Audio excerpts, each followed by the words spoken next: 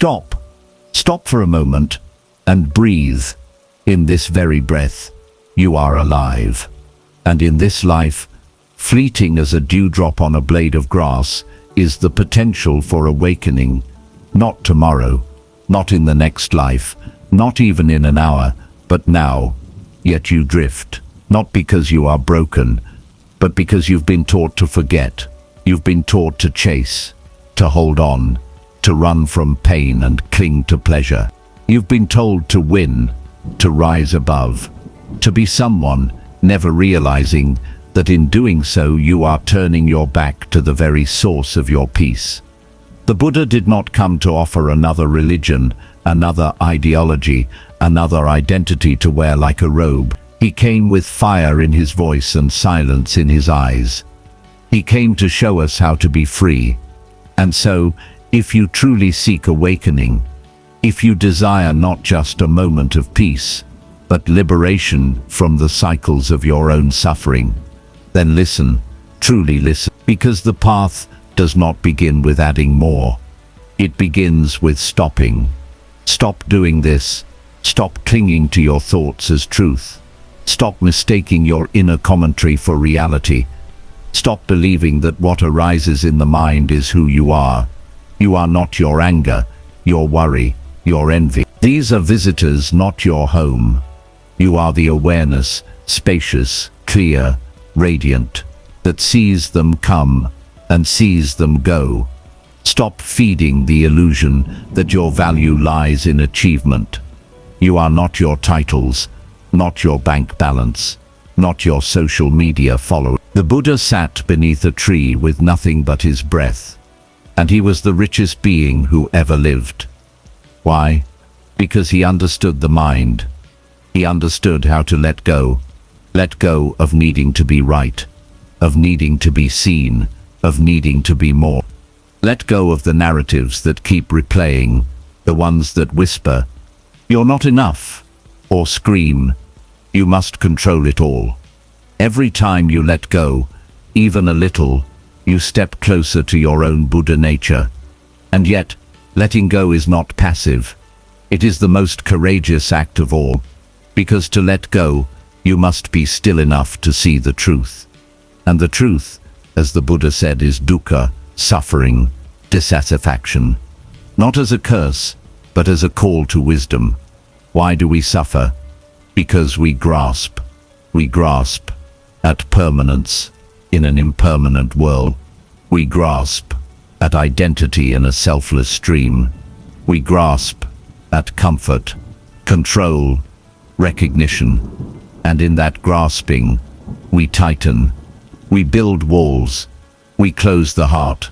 But awakening, true spiritual awakening, is the opposite of tightening. It is a softening, a surrender, a release so profound that even the idea of me dissolves into luminous peace. And yet, most people are not ready. They want freedom, but they don't want to give up their prison. They want the fruit of awakening, but not the pruning of illusion. They hold on to their wounds like old friends, their anger like armor, their opinions like holy relics. So I say again, if you truly want to awaken, stop doing this. Stop justifying your suffering. Stop clinging to your pain because it makes you feel alive. Stop using your past as a shield against your own wholeness.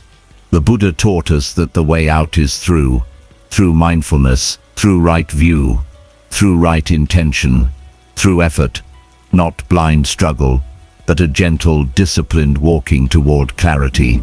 This is not a path of escape, it is a path of radical presence. Can you be with what is? When the storm comes, not turn away, not numb out, not lash back, but sit with the breath, feel the body, observe the mind, and see even this is impermanent, even this will pass. And when joy comes, not grasp, not chase, not fear its ending, but receive it, like a flower blooming in the sun, and bow to its passing too.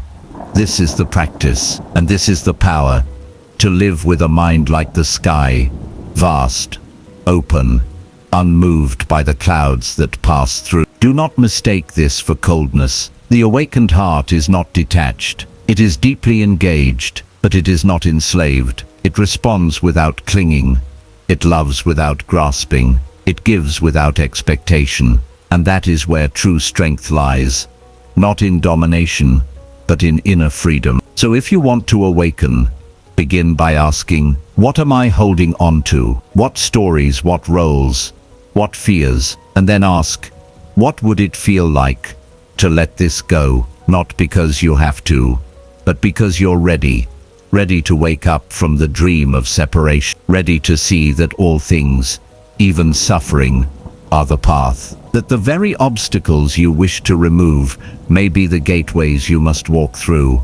The Buddha did not promise ease. He promised clarity. He did not offer comfort. He offered liberation. And that liberation begins with the courage to stop and look within. Look within, not with judgment, but with the quiet eyes of awareness.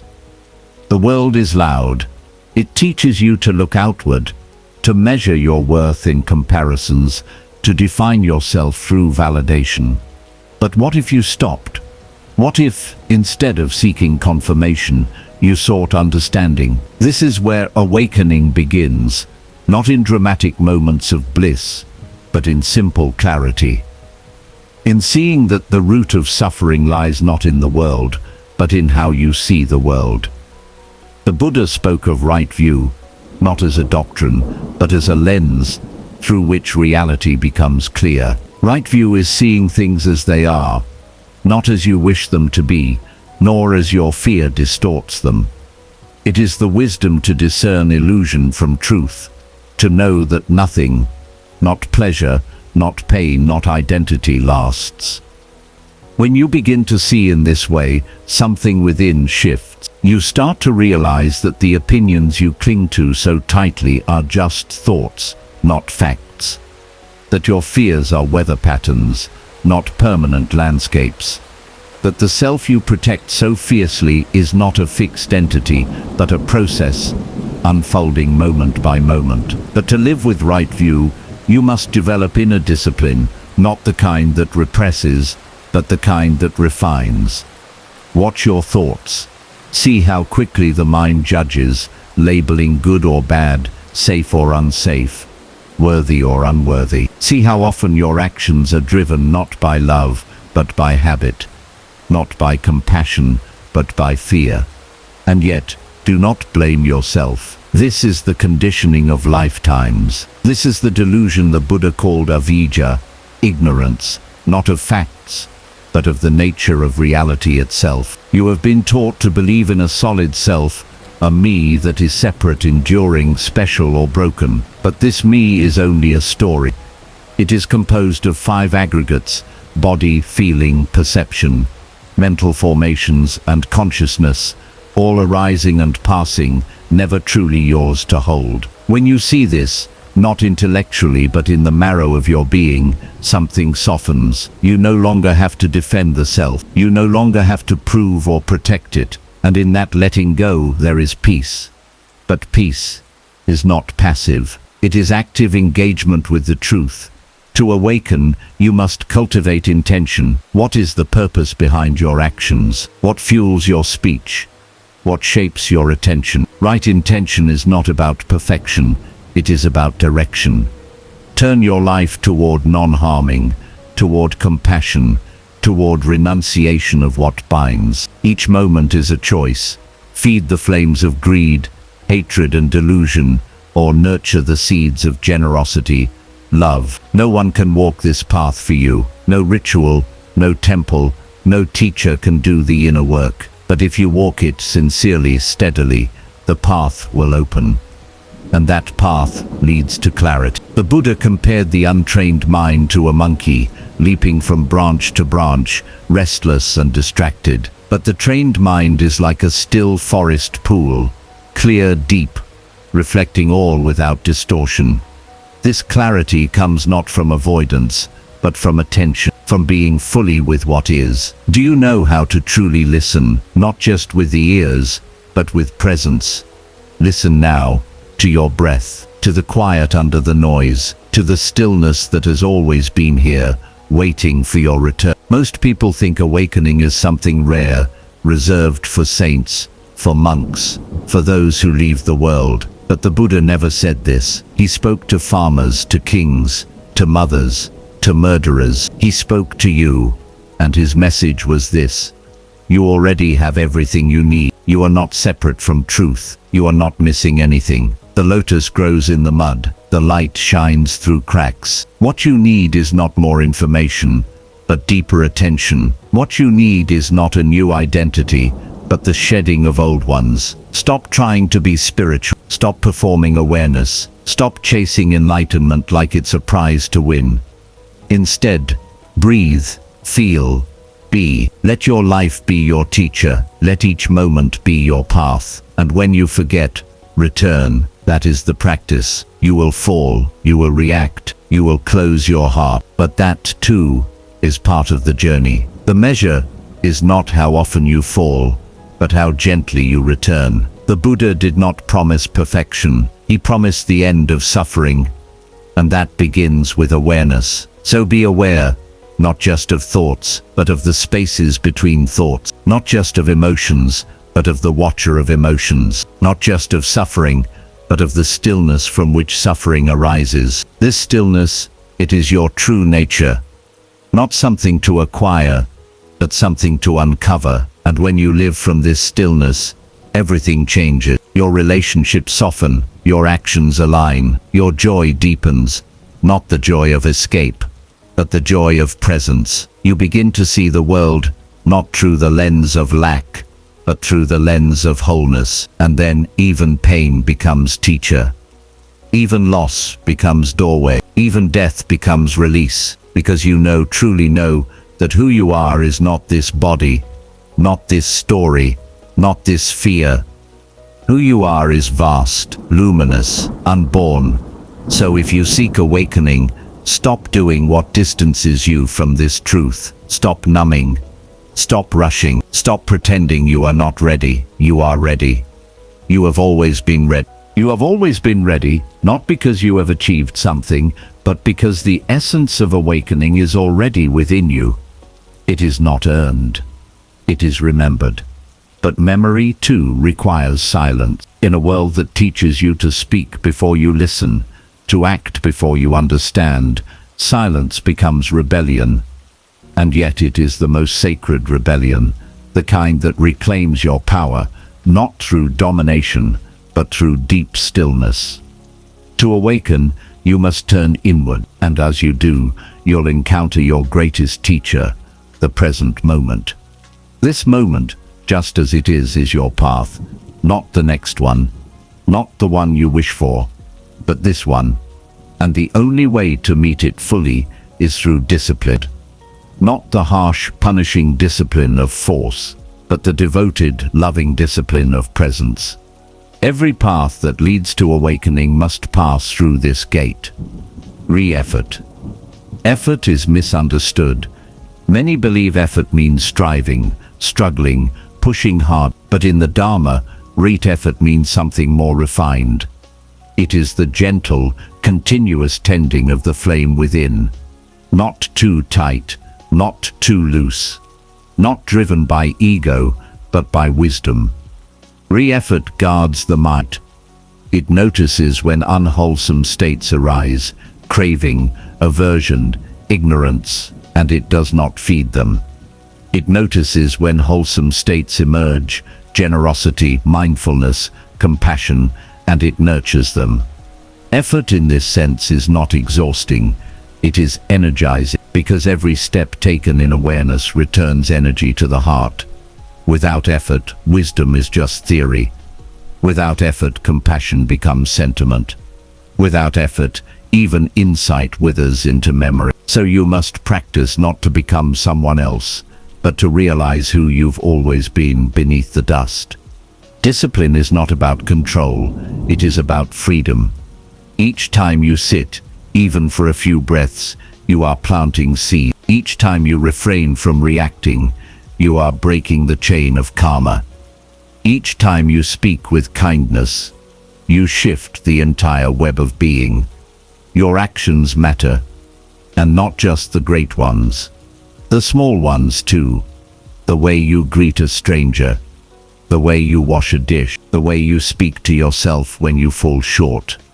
This is the path of right action, to live in a way that causes the least harm and offers the most healing. You do not have to be a monk to live with integrity. You do not have to wear robes to live with love. The Buddha taught that the Eightfold Path is not a list of rules, but a way of being, a training of body, speech and mind, a harmonizing of inner and outer life. And at the center of that life is intention. Why do you rise in the morning? Why do you speak the words you speak? Why do you hold on to certain wounds? Your life is shaped by these unseen forces, your motives, your assumptions, your vision. So let your vision be clear.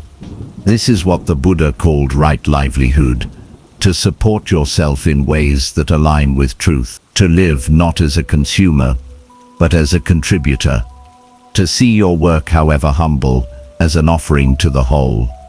This is not about status, it is about alignment. When your actions match your values, there is peace. When they don't, there is tension. So stop compromising your truth for approval. Stop betraying your wisdom for convenience. Stop pretending you do not know what is right. You do. The heart always knows, but the heart must be quiet enough to be heard. That's why mindfulness matters, not as a trendy word, but as a sacred practice. Mindfulness is remembering to return, again and again, to the now. The now is not a place, it is a way of being. When you are mindful, you do not lose yourself in thoughts of the past or fantasies of the future.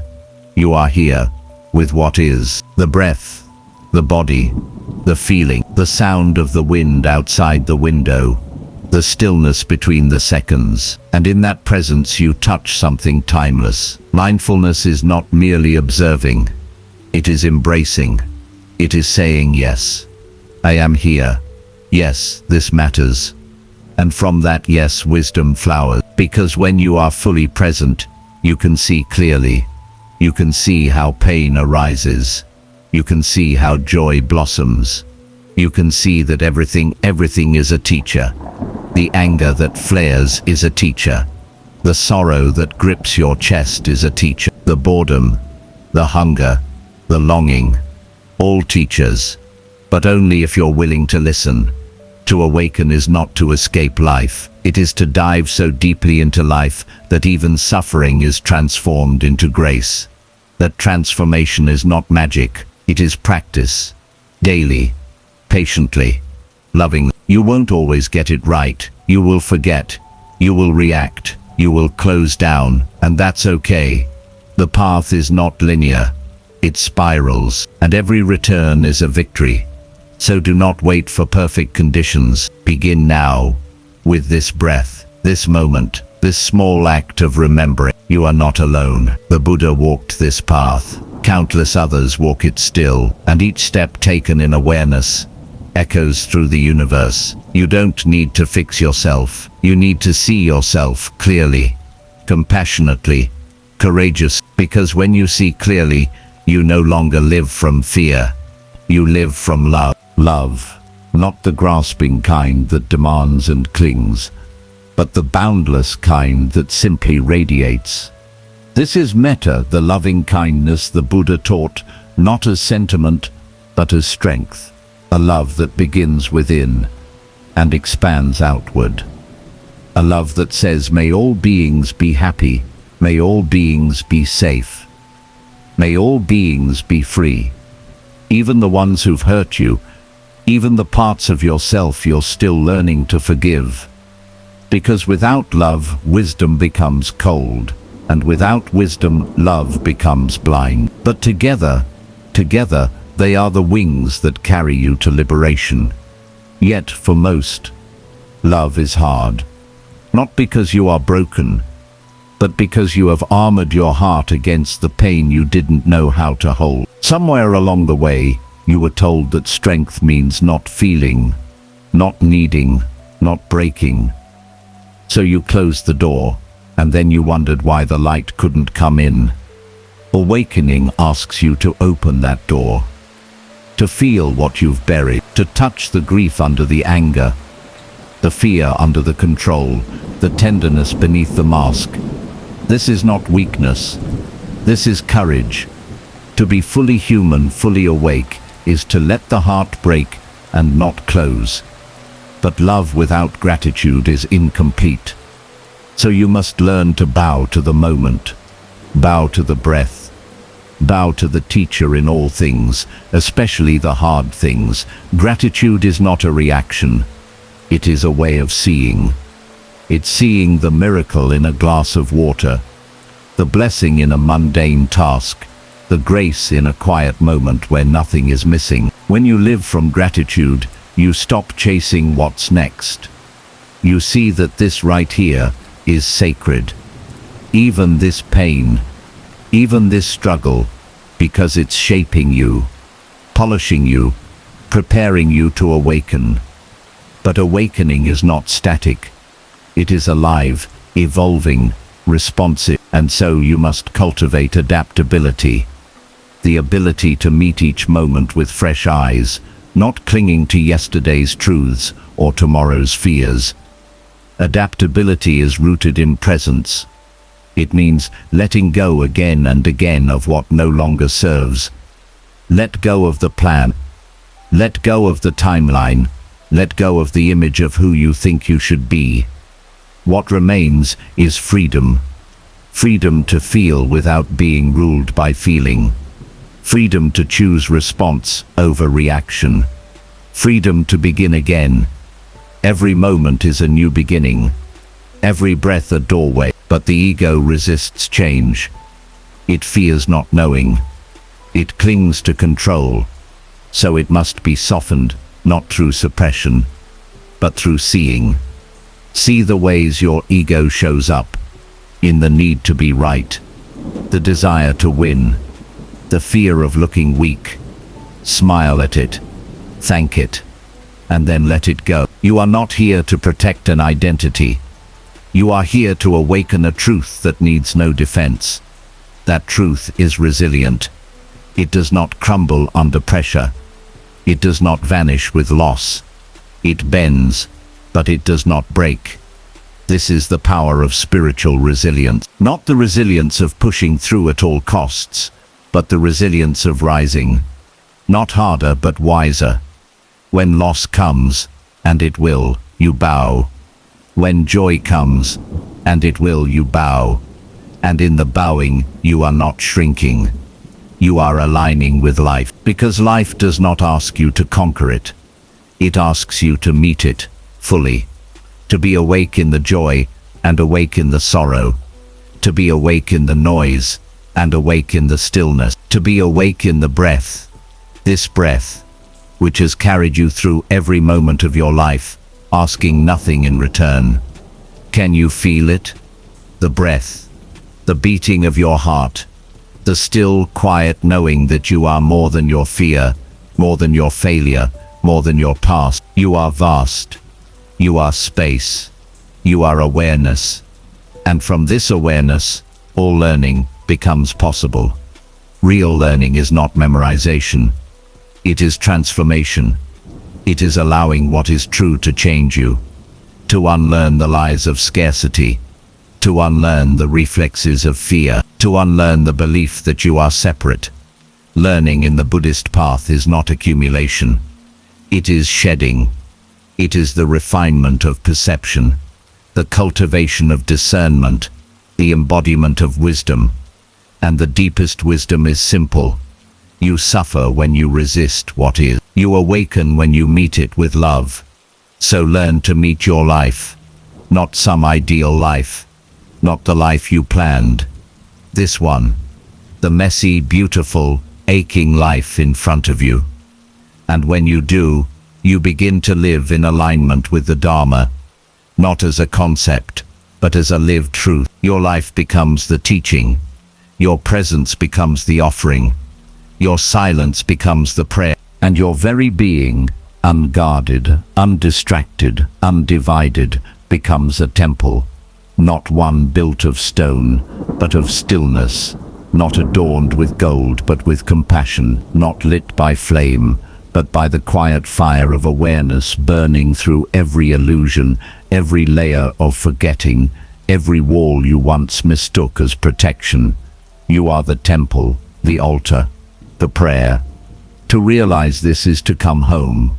Home is not a place, it is a presence, a way of being that no longer searches, no longer runs, no longer hides.